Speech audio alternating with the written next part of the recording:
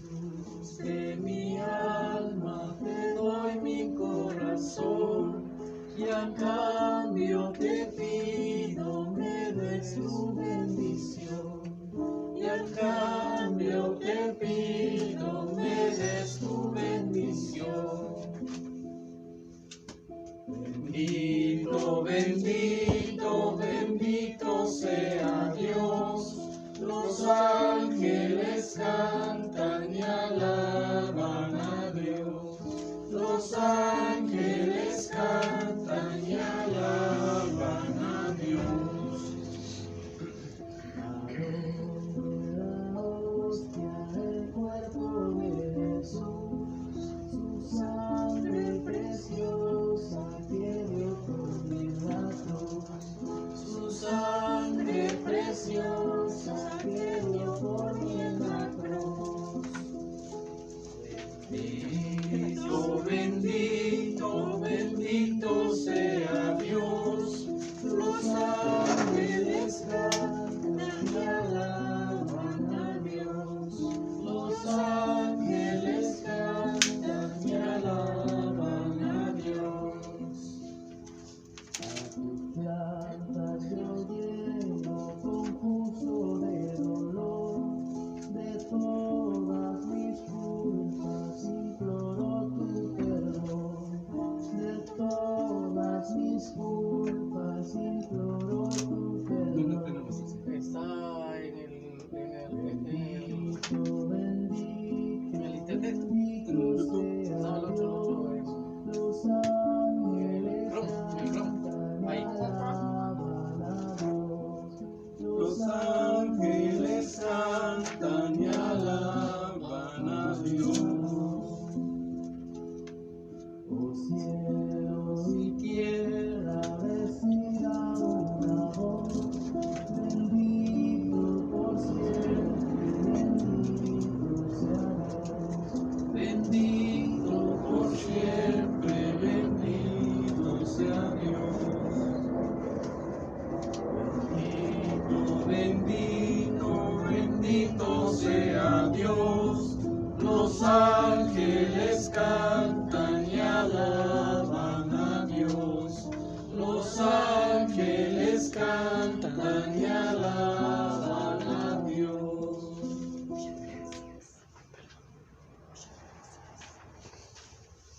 Queridos hermanos, bienvenidos el día de hoy a esta 10ª clase en la que vamos a ver el libro de Segunda de Samuel y el libro de Gálatas, la epístola que el apóstol Pablo les escribió a los Gálatas.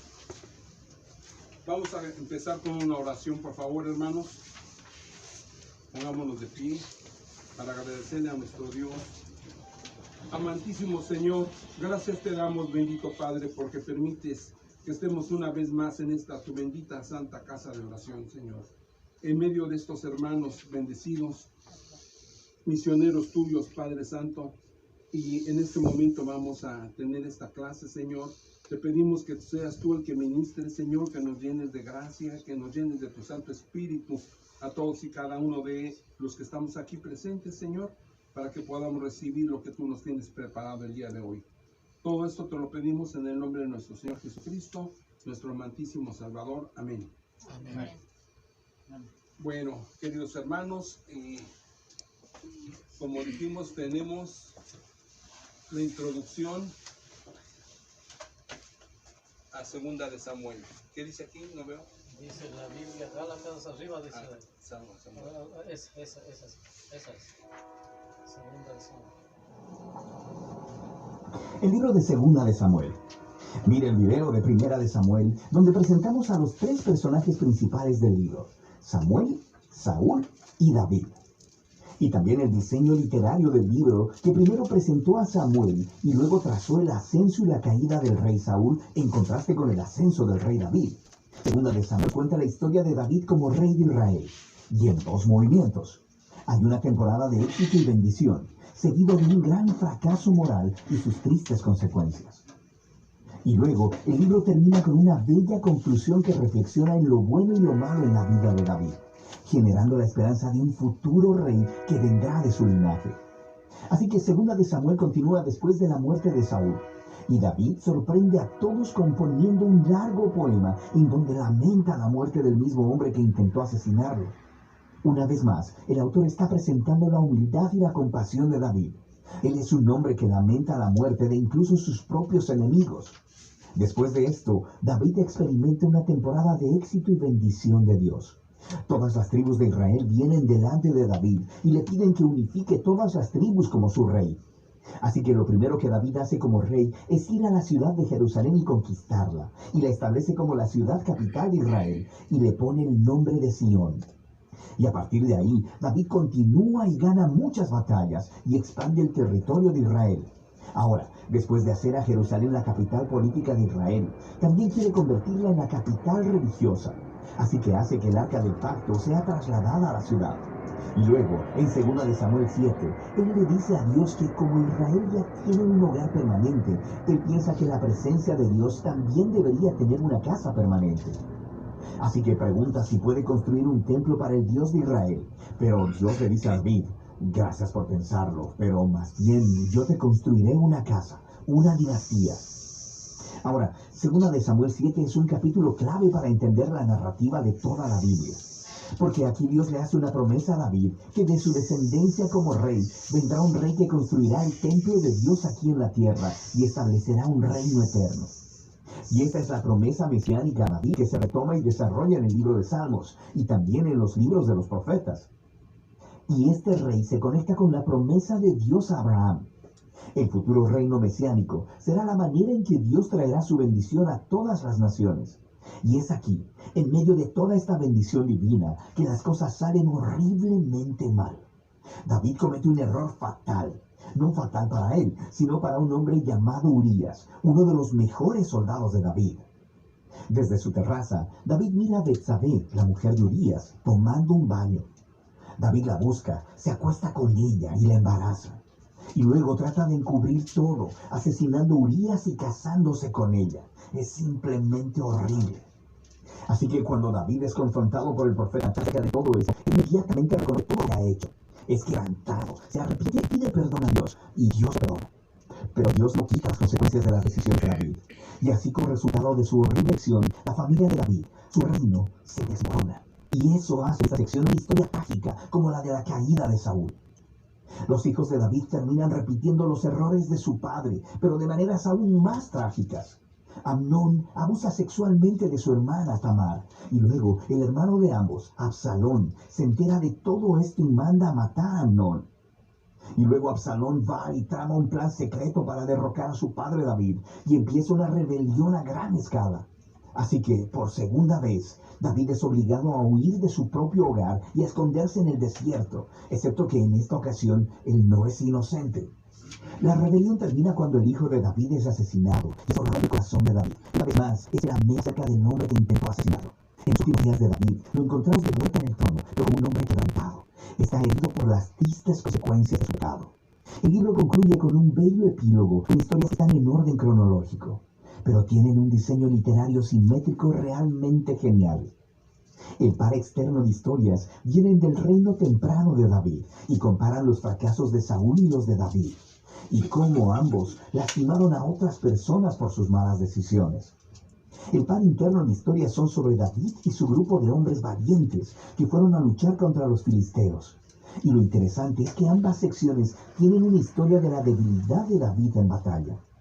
Así que, en contraste con las historias victoriosas de David de los capítulos 1 a 9, aquí vemos a un David vulnerable que depende de la ayuda de otros. El centro del epílogo tiene dos poemas que funcionan como memorias, y David reflexiona en su vida. Y él recuerda los tiempos donde Dios en su gracia lo rescató del peligro. Y él mira estos como momentos en los que Dios fue fiel a su promesa de pacto hacia él y su familia. Ambos poemas concluyen al recordar la esperanza de la promesa de Dios de un rey venidero que establecerá ese reino eterno. Ahora, estos poemas y la promesa de Dios están conectados al poema de Ana al principio del libro. Y así, estos pasajes claves del principio, los del centro y los del final del libro, unifican todos los temas del libro.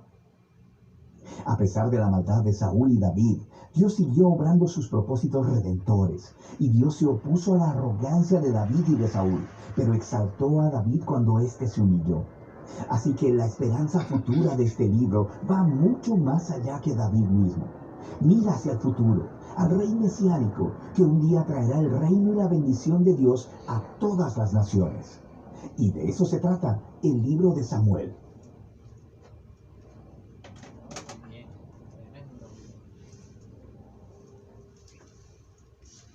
Ok, tenemos aquí en nuestras hojitas que les proporcioné, que dice que el libro de segunda de Samuel contiene 24 capítulos, 695 versículos y 20.612 palabras. Si no lo creen, no las podemos contar. El primero y segundo de Samuel fueron considerados como un libro en el manuscrito hebreo más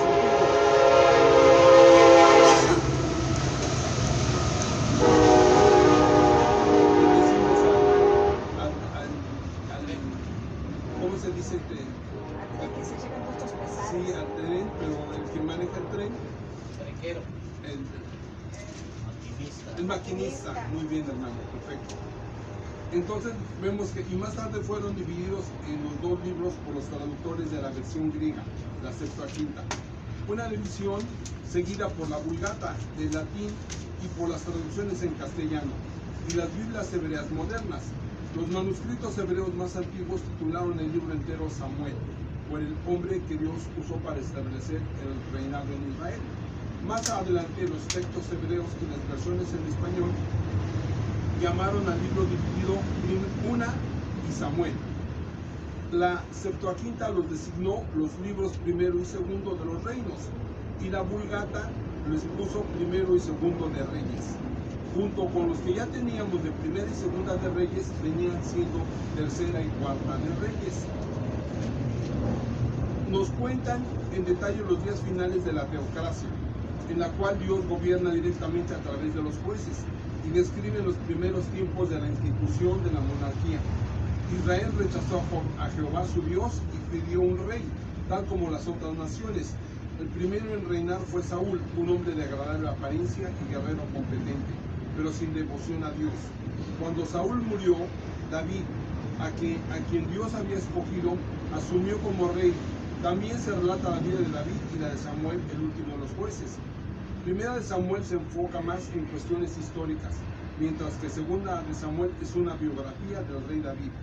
En Primera de Samuel, David está en capacitación, y en Segunda de Samuel aparece ya como el rey.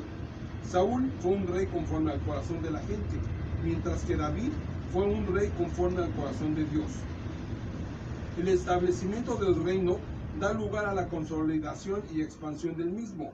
Los eventos relatados en el libro comienzan con el ascenso de David al trono sobre Judá, en Hebrón, y continúan hasta poco antes de su muerte.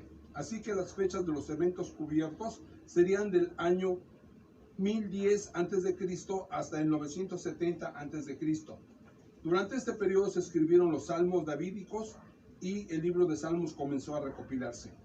Este libro histórico resalta la voluntad de Dios en la vida de David y en los eventos descritos en él.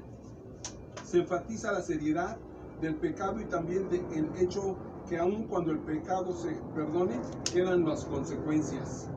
Al mismo tiempo, el pecado del hombre no impide los propósitos de Dios.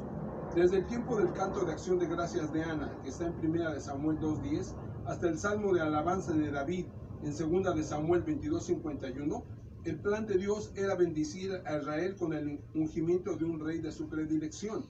La promesa al rey David de que un descendiente suyo se sentará en su trono va más allá de Salomón y se enfoca en Jesucristo, el Hijo de Dios. La promesa de Dios de un reino eterno será cumplida el día en que venga aquel quien es el Rey de Reyes y el Señor de Señores. El libro de Segunda de Samuel puede ser dividido en dos secciones principales: los triunfos de David y los problemas de David. Esta última parte del libro es un apéndice no cronológico que contiene detalles posteriores del reinado de David. El libro comienza con David recibiendo la noticia de la muerte de Saúl y sus hijos. Él proclama un tiempo de duelo. Poco después, David es coronado rey sobre Judá. mientras que Isboset, uno de los hijos sobrevivientes de Saúl, es coronado rey sobre Israel. Una guerra civil sigue, pero Isboset es asesinado y los israelitas le piden a David que reine sobre ellos.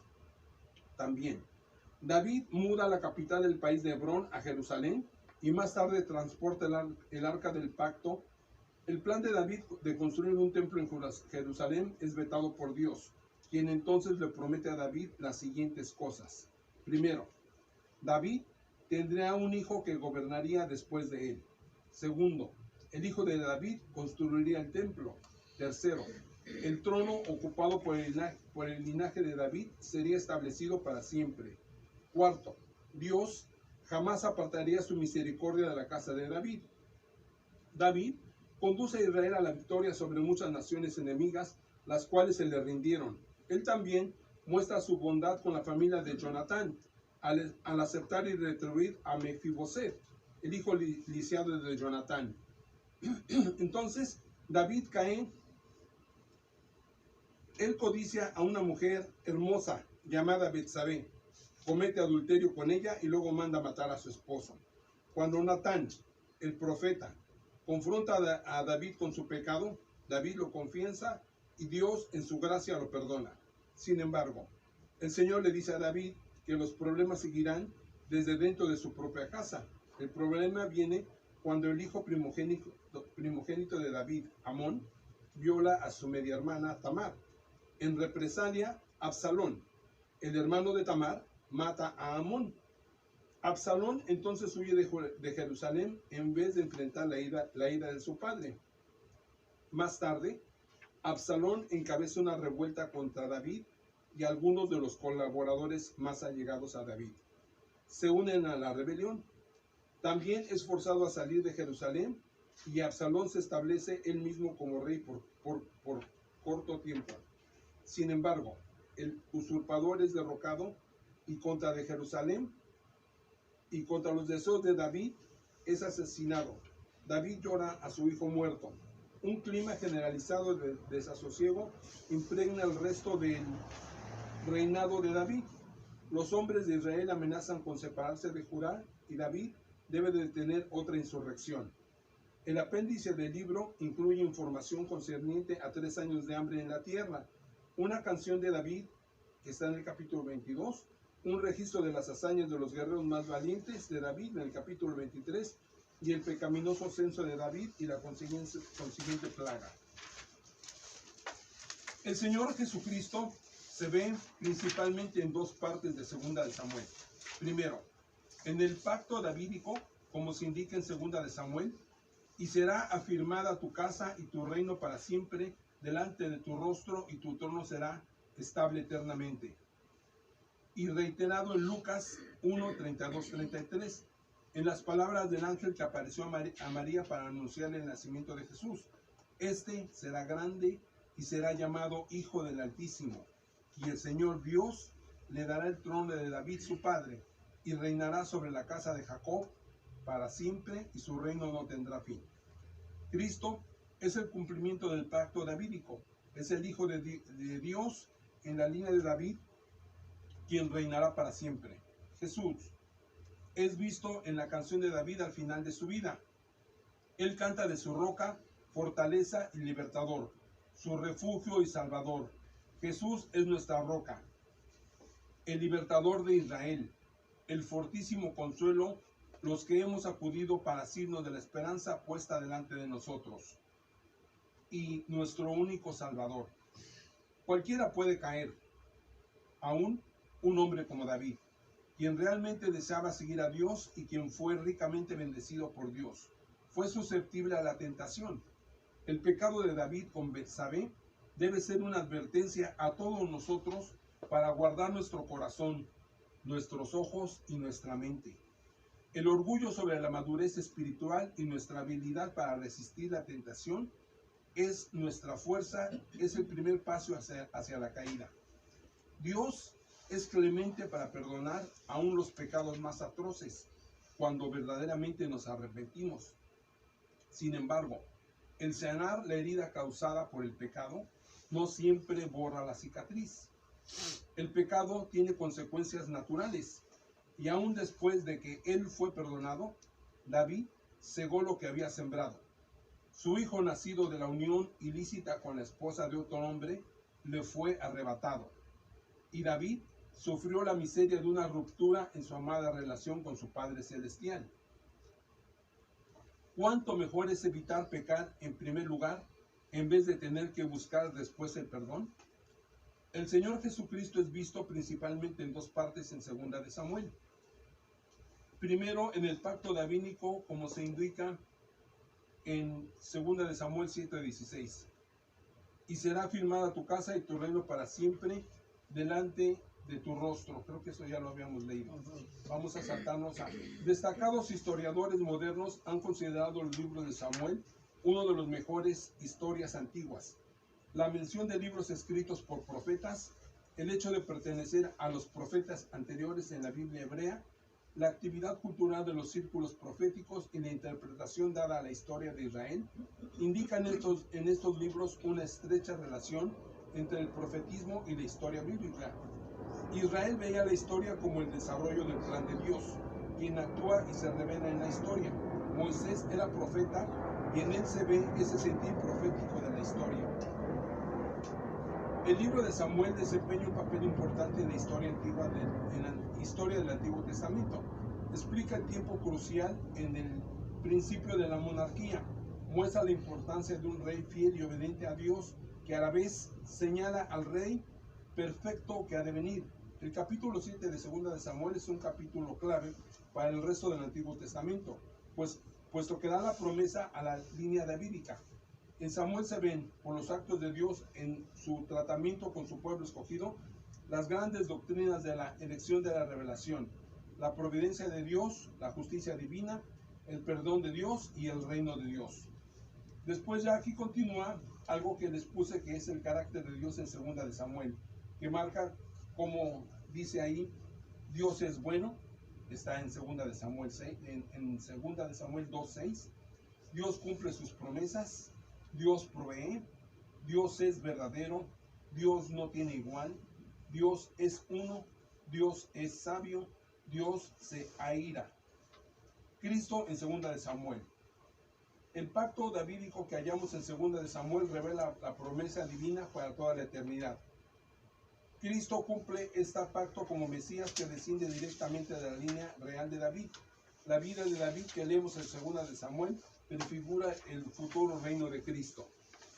Y después aquí tenemos algunos personajes importantes. Luego siguen eventos importantes, contenido de Samuel, versículos claves y versículos populares. Pero me gustaría que en nuestras Biblias leyéramos, por favor, abramos nuestra Biblia en 2 de Samuel.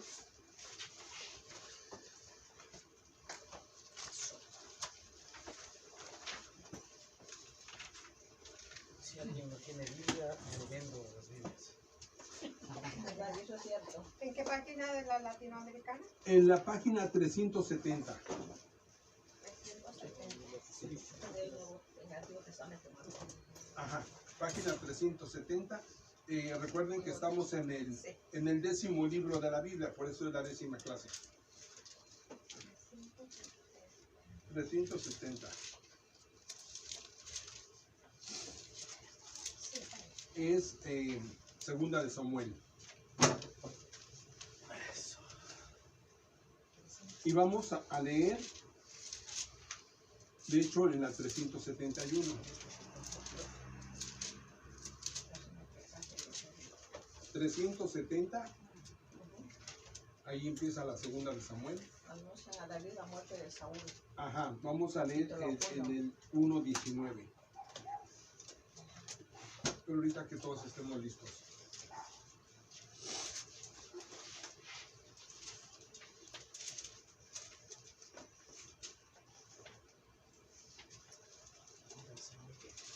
Ahí me lo. Ya, ¿verdad? Vamos a leer todos juntos de 1:19, donde dice, ay, la gloria de Israel. Este es dice, David entonó una lamentación por Saúl y su hijo Jonatán, y ordenó que se la prendieran los hijos de Judá. Fíjense, y ordenó que se la prendieran los hijos de Judá. Es el canto del arco que se puede leer en el libro del justo. Hermana María, ¿ya la tiene? ¿No? Página 370. No, está muy atrás. Está en las primeras. Digo.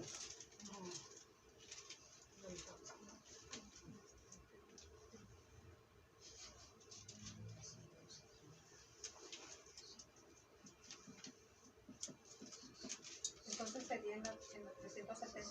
71. Es mi pastor. Nada me faltará, salvo mis intereses. ¿Listos? Ok. Entonces leemos a partir del 19. Hay la gloria de Dios de Israel pereció en los montes. ¿Cómo cayeron esos héroes? No lo anuncien en Gad, ni cuenten las noticias por las calles de Askelón. No den esa alegría a las mujeres filisteas, las hijas de los incircuncisos montes de Gilboa. Que nunca más caiga sobre ustedes ni rocío ni lluvia, ni se vean campos exuberantes, porque allí fue profanado el escudo de los héroes. El escudo de Saúl no estaba ungido con aceite, sino con sangre de heridos y grasa de héroes. Ni el arco de Jonatán retrocedía, ni en el vacío hería la espada de Saúl. Amados y amables eran Saúl y Jonatán, ni la vida ni la muerte pudieron separarlos. Más ligeros eran que las águilas, tenían más fuerza que los leones. Lloren por Saúl, hijas de Israel. Las vestían con ropas de colores, joyas de oro ponían sus trajes de fiesta. ¿Cómo cayeron esos héroes? ¿Quién hirió de muerte a Jonatán en el combate? Jonatán, hermano mío, por ti tengo herido el corazón, pues te quería tanto. Tu amor era para mí más dulce que el amor de las mujeres. ¿Cómo cayeron esos héroes? ¿Cómo fueron rotas sus armas?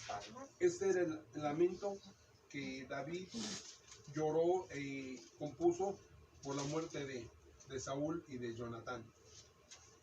También me gustaría que leyéramos en el capítulo 7, versículo 17. Ese está en la página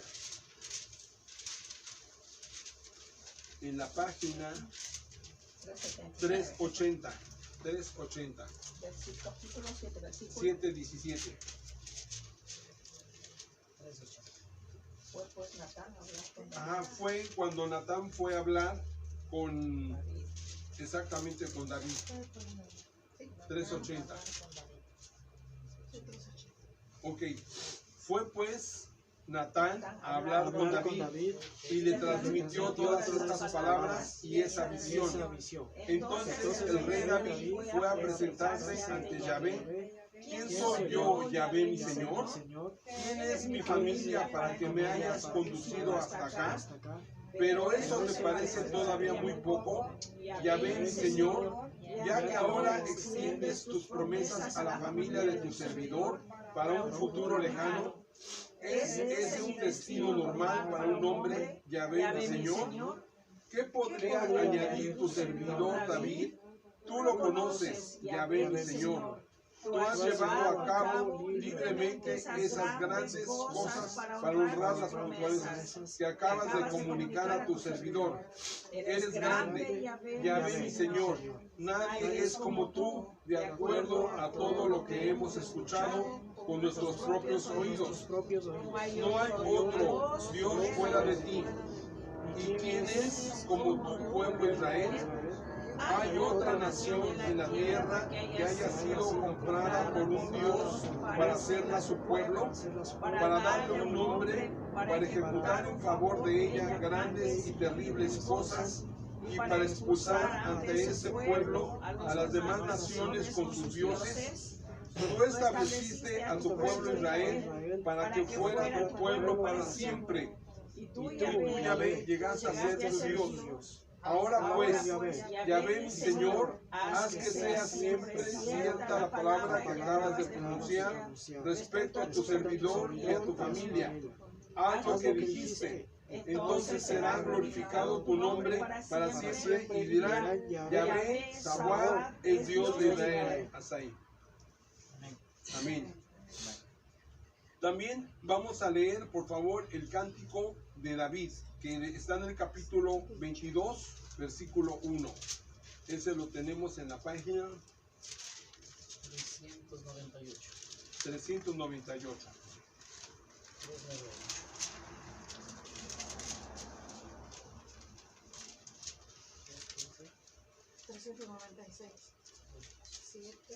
Capítulo 22, 1. Es el cántico de David. Dice que David dedicó a Yahvé las palabras de este cántico. El día en que Yahvé lo libró de las manos de todos sus enemigos y de las manos de Saúl. Yahvé es mi roca y mi fortaleza, mi salvador y mi Dios. Él es mi roca, en él me refugio. Es mi escudo, mi salvación, mi ciudadela y mi refugio. Mi salvador me salva de la violencia. Invoco a Yahvé, que es digno de confianza, y me veo libre de mis enemigos. Las olas de la muerte me envolvían. Los torrentes devastadores me aterraban. En las redes del mundo infernal estaba preso. Veía delante de mí las trampas de la muerte. Y en mi angustia clamé a Yahvé, le grité a mi Dios. Mi grito llegó hasta su presencia. Desde su templo escuchó mi voz. Tembló entonces la tierra, se estremeció, bambolearon los cimientos del cielo. Temblaron al sentir su cólera. Sale a vapor de sus narices y de su boca un fuego devorador. Un chorro de carbones encendidos inclinó los cielos y bajó. Una nube oscura que tenía bajo sus pies voló montado en un querubín, transportado en alas del cielo. A su alrededor una cortina de tinieblas. Nubes oscuras formaban su tienda. Un resplandor iba delante de él. Brasas ardientes lo alumbraban. Tronó Yahvé desde lo alto, hizo resonar su voz al Altísimo. Disparó sus flechas, dispersó a sus enemigos. El rayo fondo del mar, ante la amenaza de Yahvé, al estremecernos el soplo de sus narices. De lo alto extendió la mano y me agarró, y me sacó de las aguas profundas. Me libró de mis terribles enemigos, Enemigos más fuertes que yo. Me asaltaron el día que me iba mal. pero Yahvé fue mi protector, me sacó del peligro, me salvó porque me ama. Yahvé me trató según mis méritos, limpias son mis manos y él me lo paga. He ido por los caminos de Yahvé y no hice el mal lejos de mi Dios. Ante mí estaban todas sus sentencias, jamás me apartaba de sus leyes. Estaba ante él sin ningún reproche, me cuidaba de cometer cualquier falta. Yahvé me recompensó según mis méritos. He visto mi pureza con sus ojos. Con el que es bueno, tú eres bueno. Con el que es perfecto, eres perfecto. Eres recto con el que es recto.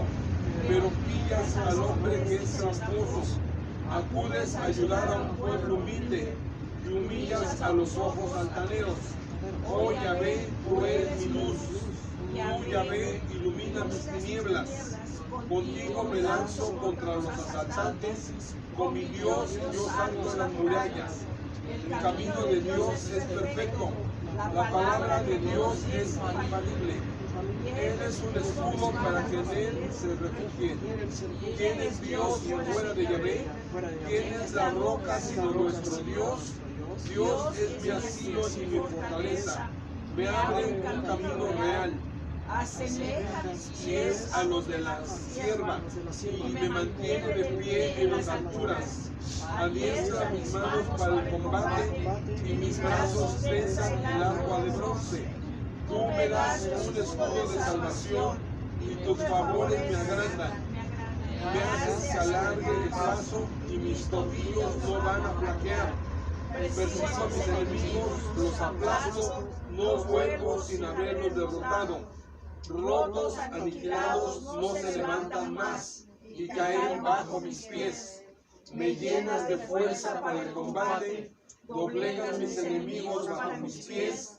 Haces que mis adversarios den la espalda. Aniquilo a todos los que me odian. Aunque griten, nadie los salvará. Yahvé ya no los responde.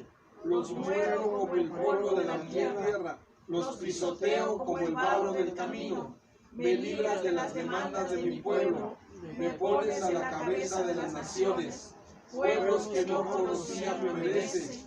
Los extranjeros buscan mi amistad. Apenas oyen mi voz, me obedecen. Sin fuerzas están los extranjeros. Tras su fortaleza se atrincheran. Viva Yahvé, bendita sea mi roca. Alabado sea el Dios que me salva. Oh Dios, me concedes el desquite y colocas los pueblos a mis pies. Tú me libras de todos mis enemigos. Del agresor me haces el amo. Tú me libras de los violentos. Por eso te alabo de las naciones y quiero cantar a tu nombre. Le dan a su rey victoria tras victoria y siguen con sus favores a su ungido, a David y a su raza para siempre. Amén. Amén. Precioso. Preciosísimo. Si ven que dice Yahvé es mi roca, mi fortaleza, mi salvador y mi Dios. Él es mi roca, en él me refugio, es mi escudo, mi salvación. Y después dice más adelante, de lo alto extendió la mano y me agarró. Imagínense qué hermoso, ¿no? Estamos en tribulación y todo, y el Señor viene de lo alto, extiende su mano y nos agarra y me saca de las aguas profundas. Me liberó de mis terribles enemigos, de enemigos más fuertes que yo. Me asaltaron el día que me iba mal, pero Yahvé fue mi protector. Me sacó del peligro, me salvó porque me ama. Eso es Yahvé. Y luego dice, el camino de Dios es perfecto, la palabra de Dios es infalible. Él es un escudo para los que en él se refugian. ¿Quién es Dios fuera de Yahvé? ¿Quién es la roca sino nuestro Dios? Dios es mi asilo, mi fortaleza. Amén. Amén. Esto es segunda de Samuel.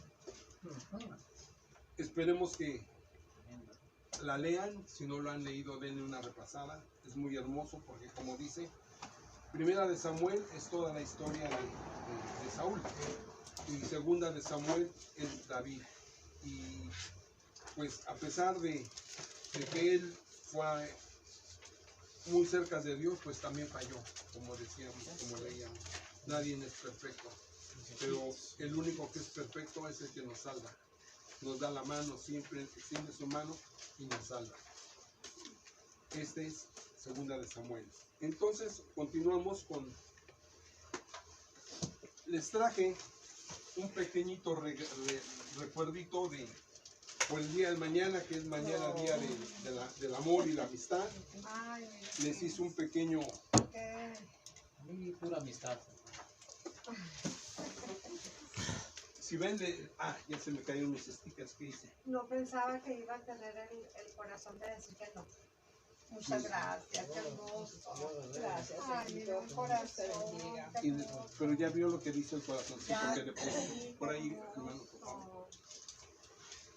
Muchas gracias. Feliz Navidad. Acá tengo Muchas otro, gracias. otro para allá para... Feliz Navidad. El día del amor y la amistad. Ya. Sí.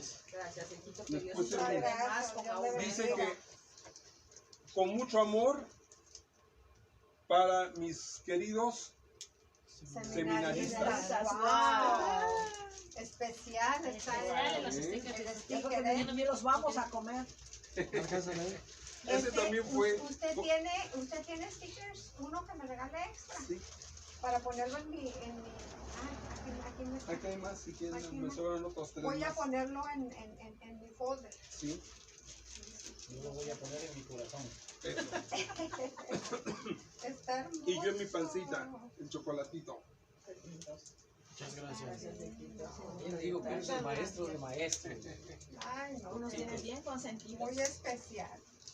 Bueno, hablando de especiales, les hice su test. Por eso nos trajo el chocolate. Por eso Nos les hice su endulzó chocolate. las alabanzas Para que nos... No hagas eso, Tito, por favor. ¿Qué tal, eh? Después del chocolate, ahí va. Después de de lo pasar dulce de la que vida, estaba el chocolate, se amargó totalmente. Cómetelo porque se va a calentar y se lo va a guardar. Ay, qué risa. Dieguito, pásame por favor el té caliente. Se tiene que entonar el padre con el té caliente. Yo por Con eso el me té tomé el caliente. café, sí. a ver, ahí van por ahí las hojitas. Mire, este es un té de jengibre. Bien bueno, sí. Oh, ese es muy bueno, sí. Pero es chilosito para usted, ¿o no? Ahí va. Está tomando muchos, mijo. Sí, está picoso eso. El jengibre está picoso. Híjole. Pica poquito. Como 100 preguntas nos hizo don Héctor. 17, pero están muy fáciles. ¿Será? Sí. Eso es solo para los alumnos. Los sacerdotes no. No tienen corona en esta casa los sacerdotes. ¿Mamá ya tiene? Ya. Sobraron 12. Bueno, entonces comenzamos con la primera pregunta. ¿Qué juez mató? Fíjense bien, hay dos preguntas que muy parecidas, ¿eh? ¿Qué juez mató a 600 filisteos con una aguijada de bueyes? Una picada. Ah, no, fíjate que creíamos que era quijada, pero no, es aguijada. Así es aquí. Abajo, si tú ves, les puse qué quiere decir aguijada. Hasta abajo Madera, dice, vara de madera. aguijada es una vara de madera de 2.5 metros de largo con una pala en una punta para quitar el barro del arado y una punta aguda en la otra para estimular a los bueyes, o sea, para Es guiar como al una buey y pinza, todo es como eso. No, una sí, esto cosa que que la tiene hace- una pinza, que No es se como una llamaba pinza, punta. como lo que decíamos nosotros. Ah, Por si tengo una idea, era una Púa, cosa como de una madera. púa. Ajá, Púa. exactamente. La púa. Y con eso es. Entonces, este juez con una aguijada de bueyes, porque pensábamos que era una quijada, pero no es quijada, es aguijada de bueyes, mató a 600 filisteos. ¿Quién fue? Sansón. Sansón. Sansón, ¿no? Sí. Todos pensamos que es Sansón, ¿O también? pero esta es de bueyes, fíjense. Por eso dije, esta es aguijada de bueyes. O sea, Entonces no es Sansón. no fue Sansón. Fue el rey Samgar, que fue el tercer juez. Samgar. Ya deberíamos de saberlo porque ya pasamos, ya leímos el libro de jueces. Entonces, ¿cuánto tiempo fue Israel gobernado por jueces, por los jueces? ¿Cuánto tiempo? ¿450 años, 500 años, 550 años o 600 años? 450. 450, muy bien. ¿Quién de estos hombres era zurdo? Era un juez también. Este es un juez que fue y... No, ¿quién era zurdo? Ok, mató al rey Eglón. El rey Eglón era un moabita. Era un moabita. Y después de que mató al rey, salió de ahí y agarró a su ejército y mataron a 10,000 moabitas después de eso. El rey Eglón era muy gordo, era bien gordo. Entonces él era zurdo, este juez era zurdo. Entonces hizo un cuchillo muy especial y se lo puso de este lado. Entonces todo el mundo usaba se lo puso de este La lado. derecha, claro. Todo el mundo lo usaba de acá. Entonces, como no le vieron nada aquí, no le esculcaron acá, traía el escudo, digo el cuchillo. Entonces ya después de que habló con el juez, que era era un rey que estaba en contra de los israelitas, los tenía subyugados, sojuzgados. Entonces él le dijo, ok, dice, ya que trataron unos asuntos, le dice, rey, tengo un secreto que te quiero decir de parte de Dios. Entonces él ya se agarra y se le acerca y perdón, acabamos de comer, ¿no? Pero sacó el cuchillo y pum, se lo clavó hasta la empuñadura le entró. Bueno, se le salió al rey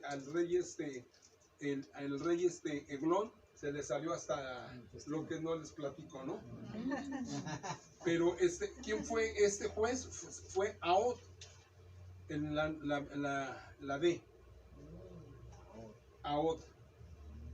Este fue el segundo juez.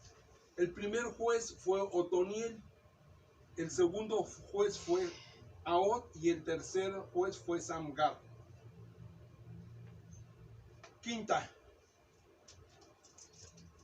Cuarta. ¿Cómo se llamó el hombre a quien obligaron a cargar la cruz de Jesús? Dimas, Nicodemo, Barrabás o Simón. Nicodemo. Simón. Simón se llamaba. Pues Simón se llamaba. Nadie la tenemos. La D. ¿En qué ciudad vivía Zaqueo? ¿En Capernaum, en Antioquía, en Jericó o en Job? ¿En Jericó? En Jericó. ¿En qué ciudad fueron encarcelados Pablo y Silas? ¿En Galacia, en Tesalónica, en Filipos o en Roma? ¿En Tesalónica? En Roma, ¿no? No, fue en Filipos. ¿En qué ciudad fueron encarcelados Pablo y Silas? Fueron en Filipos. Este es muy, muy interesante. ¿Cuántos espías envió Josué para reconocer la tierra prometida? ¿Fueron 2? ¿Fueron 6? ¿Fueron 10 o fueron 12? Fueron 12. Fueron 12. ¿Cuántos espías envió Josué para reconocer la tierra prometida?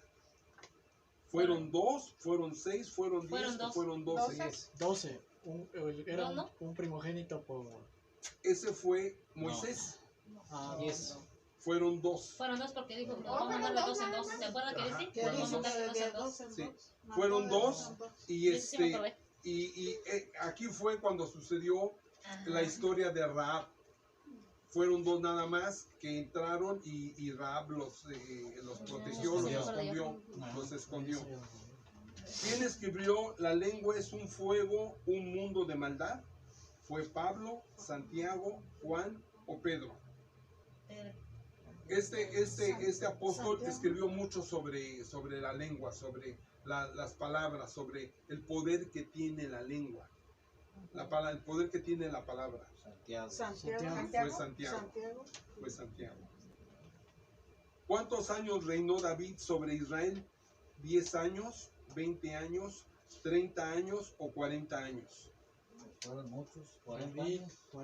40 años. Aquí viene la otra. ¿A cuántos hombres mató Sansón con la quijada de un asno? Aquí fue quijada de un asno y fue Sansón. No la quijada, ¿verdad? No, fue quijada de un asno. Fueron 4,000 hombres, 3,000 hombres, 2,000 hombres o 1,000 hombres. Fueron 1,000 porque no fueron muchos. Fueron 1,000. No aguanta tanto la No le duró mucho. Pero de todas maneras fueron 1,000, imagínense. Se hizo el hueso. ¿Quién fue el hombre que luchó con el ángel del Señor? ¿Eliseo, David, Enoc o Jacob? Jacob. Ese es Jacob. Jacob. Que luego le llamaron Israel. Le cambió el nombre a Israel. ¿Quién fue el centurión romano que recibió el Espíritu cuando Pedro le predicó el Evangelio? ¿Onésimo, Alejandro, Cornelio o Nicodemo? Cornelio. ¿A qué ciudad subieron los judíos para celebrar la fiesta de la Pascua?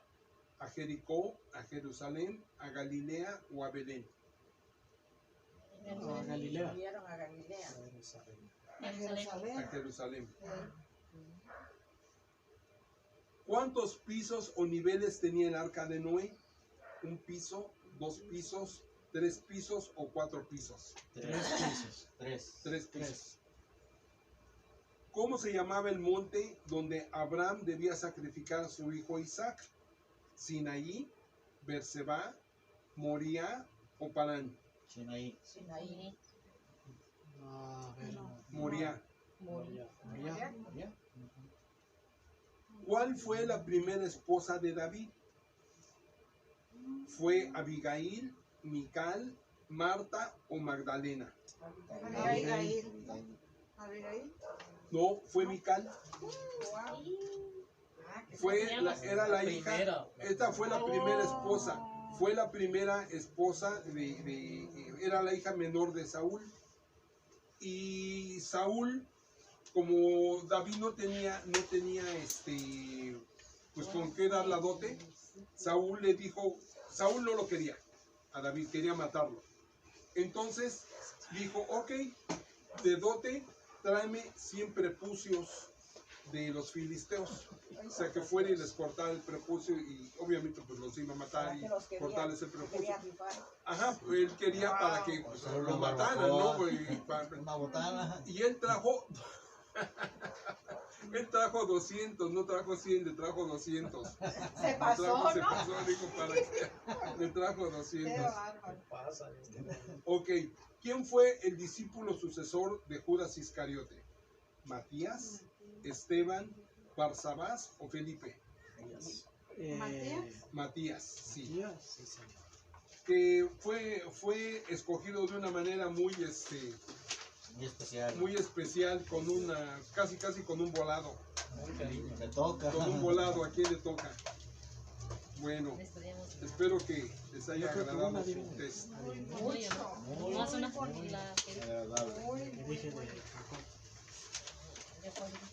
Pero la canción de David preciosa.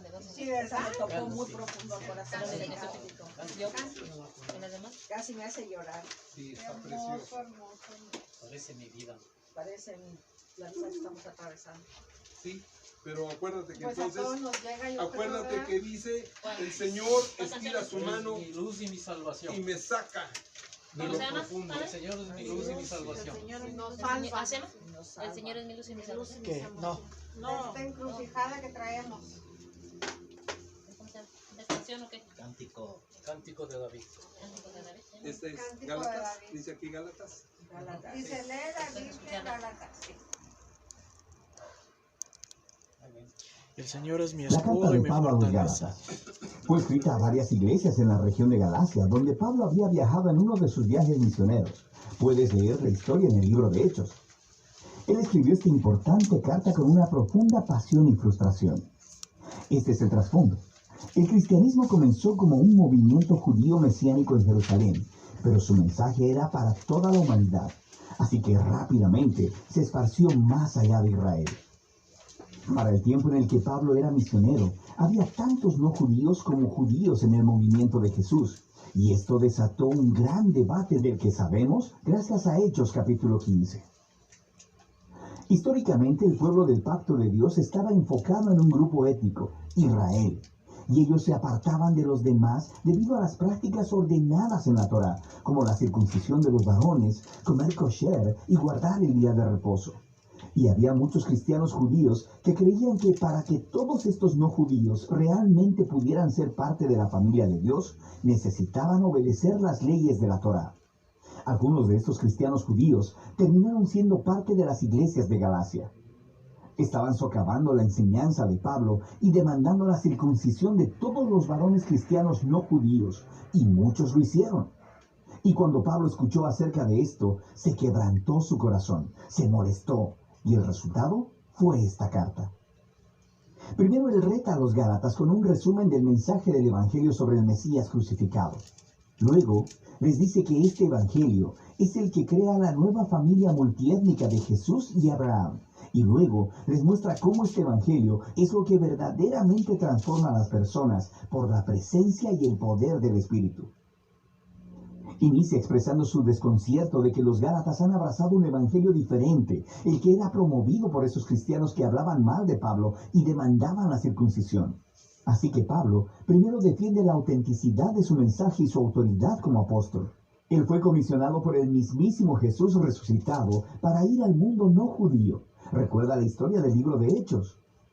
Pablo dice que fue posteriormente a su llamado, que fue a Jerusalén para consultar a los otros apóstoles, como Pedro o Jacobo, y fue cuando les dijo que él no requería que los cristianos no judíos se circuncidaran o comieran kosher.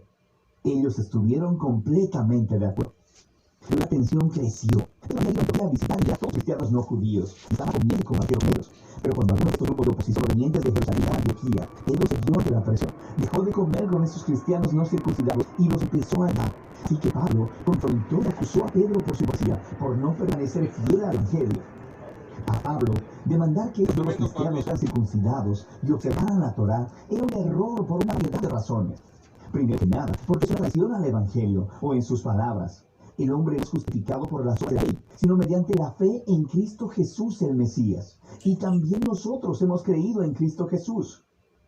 Ser justificado, literalmente, ser declarado justo, es un término del Antiguo Testamento con mucha riqueza para Pablo. Describe cuando Dios declara que alguien está en una relación correcta con Él, que está perdonado, que le es otorgado un lugar en la familia de Dios y está siendo transformado por la gracia de Dios.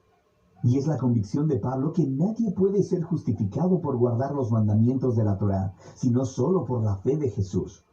Esta es una frase densa y podría referirse a la fidelidad de Jesús al vivir y morir en nuestro lugar, o podría referirse a nuestra propia confianza y devoción a Jesús.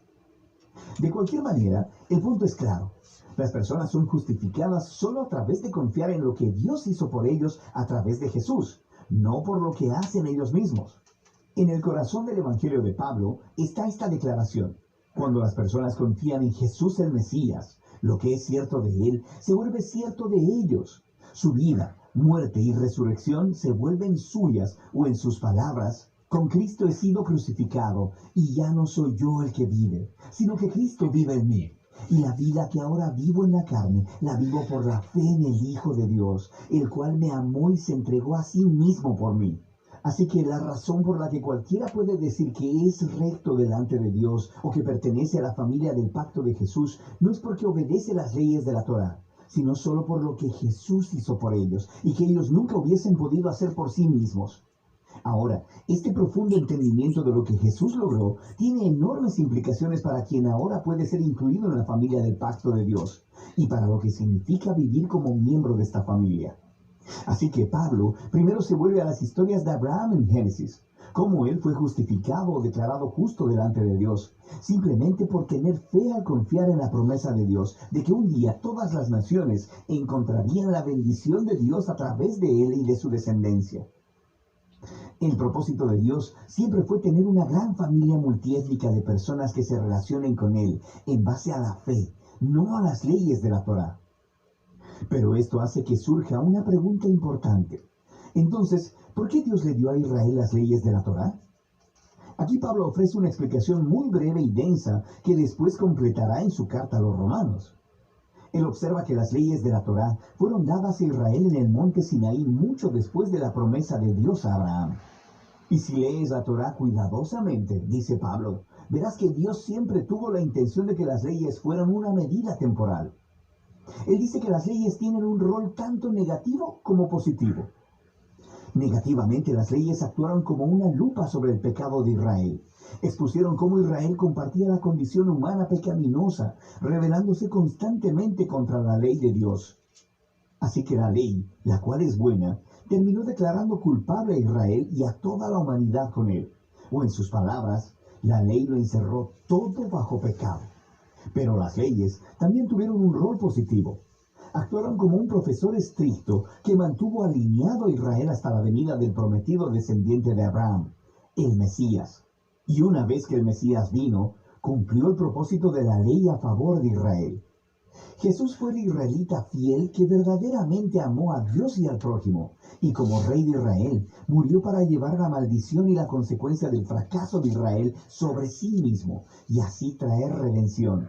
Así que ahora, a través de Jesús, el descendiente de Abraham, la bendición de Dios puede llegar a todas las personas, sin importar su etnia, estatus social o género. Para Pablo, requerir que los cristianos no judíos guarden la Torá no tiene sentido. Es actuar como si Jesús no hubiera cumplido la promesa de Dios ni lidiado con nuestro pecado. Ignora la nueva libertad que se ha ganado para nosotros en Jesús y el regalo del Espíritu, y limita la promesa de Dios y su bendición a una familia étnica. Pero podrían alegar los oponentes de Pablo, las leyes de la Torá son una guía comprobada para vivir de acuerdo con la voluntad de Dios. ¿Cómo van los cristianos no judíos a aprender esto? Pablo responde en los capítulos 5 y 6 al describir cómo la presencia transformadora de Jesús a través del Espíritu es